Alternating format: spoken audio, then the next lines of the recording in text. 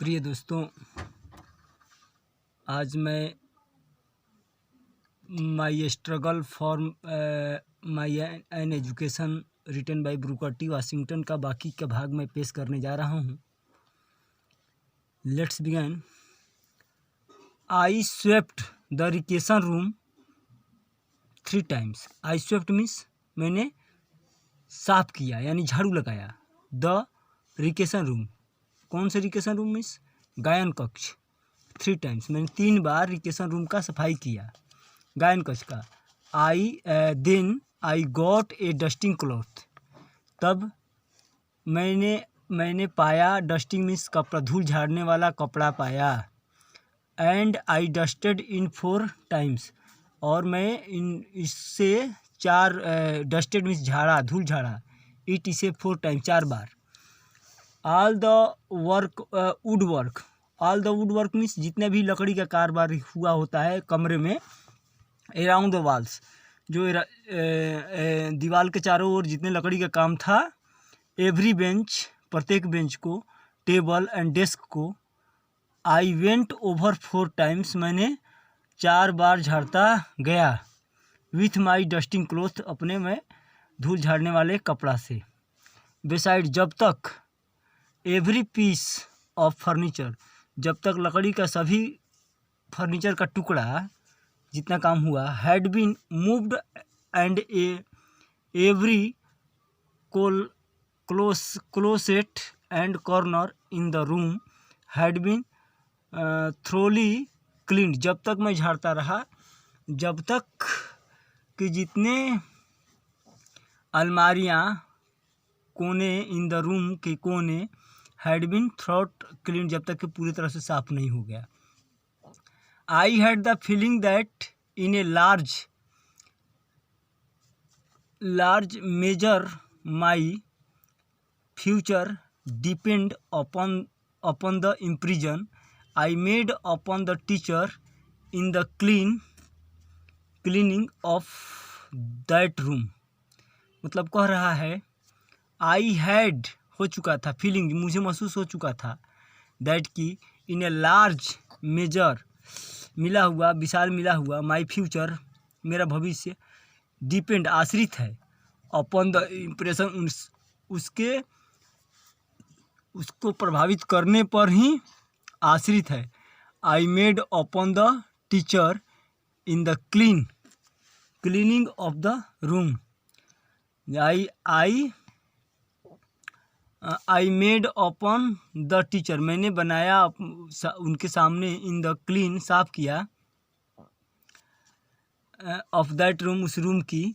When I was through I reported, जब when I was through, मैंने जब जान लिया।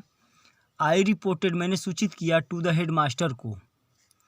She was Yankee woman, Yankee woman का मतलब होता है अमेरिकी महिला। शी वाज ए एंकी वोमेन, वह अमेरिकी महिला थी। हु न्यू, जो कहाँ जानती थी।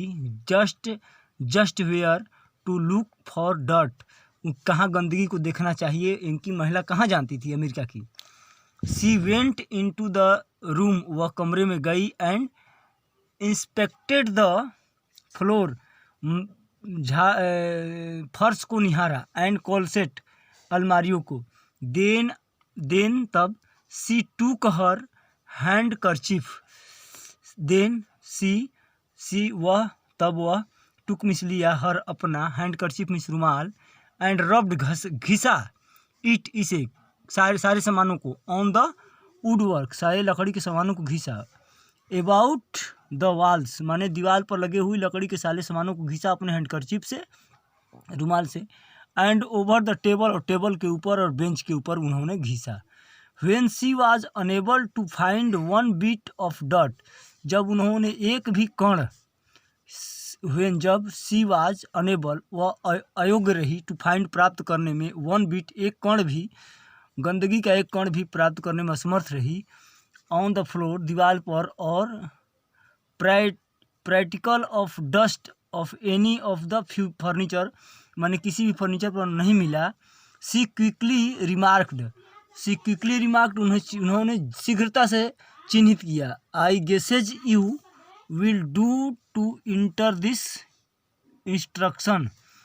आई गेसे मैं अनुमान लगाया कि यू विल डू करेंगी, टू इंटर प्रवेश दिस इंस्ट्रक्शन से। I was one of the happiest soul on the earth, जिसमें उन्होंने मुझे पास किया। आई वॉज मैं था, one of the happiest soul on the earth मैंने पृथ्वी पर एक ही मैं आत्मा था। The sweeping of that room, सफाई करना उस रूम की। वाज माई कॉलेज एग्जामिनेशन, क्या था जो सफाई करने का काम मिला था, उनका कॉलेज एग्जामिनेशन था।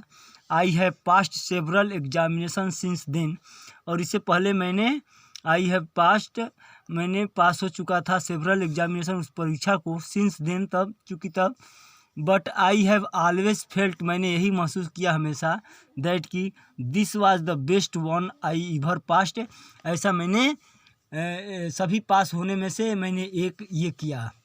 हाँ दोस्तों, तो इस कहानी का तात्पर्य यह है कि यह कहानी एक्सपायर कहानी है।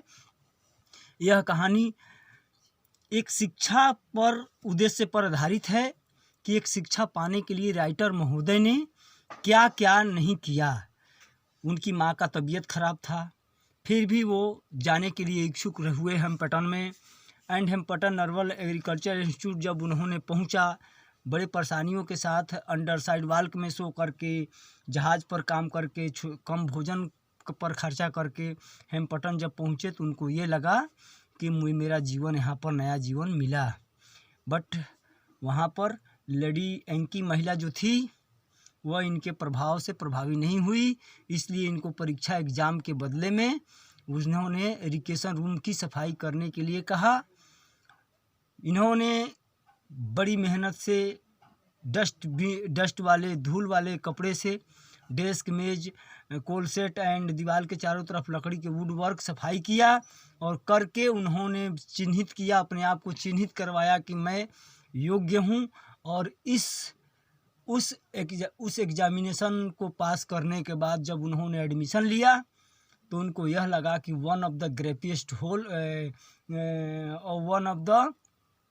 Happiest hole on the earth, मैंने उन्होंने सोचा कि इस परीक्षा में पास करने के बाद मुझे सबसे बड़ी वो आत्मा अपने को समझे। इस तरह से struggle for my an education का जो चैप्टर है समाप्त होता है। और शिक्षा के लिए, शिक्षा के बीच में कोई भी बाधा आती है, तो इस lesson my struggle for my an education Booker T Washington के द्वारा जो लिखा हुआ है, यह आपको ऊर्जा देगा। और निश्चित रूप से यह कहानी पढ़ने के बाद, यह राइटर का एपिसोड पढ़ने के बाद आपको समझ में आएगा कि एक शिक्षा के लिए एक व्यक्ति, कोयले के खान में करने वाला, नमक भट्टी में काम करने वाला व्यक्ति जब उस यूनिवर्सिटी में, इंस्टीट्यूट में एडमिशन पा सकता है, तो मैं क्यों नहीं पा सकता हूँ। और मेरा आप लोगों से भी यही उद्देश्य है, यही इच्छा है कि आप लोग भी बुकर टी वाशिंगटन की तरह मेहनत करें, और मेहनत करके लगन के द्वारा आप अपने एग्जामिनेशन को फाइट करें। कोई भी काम इस दुनिया में असंभव नहीं है, अगर मनुष्य चाह ले तो वह काम को पूरा कर सकता है। Thank you to show my watching video, this video. Thank you, धन्यवाद।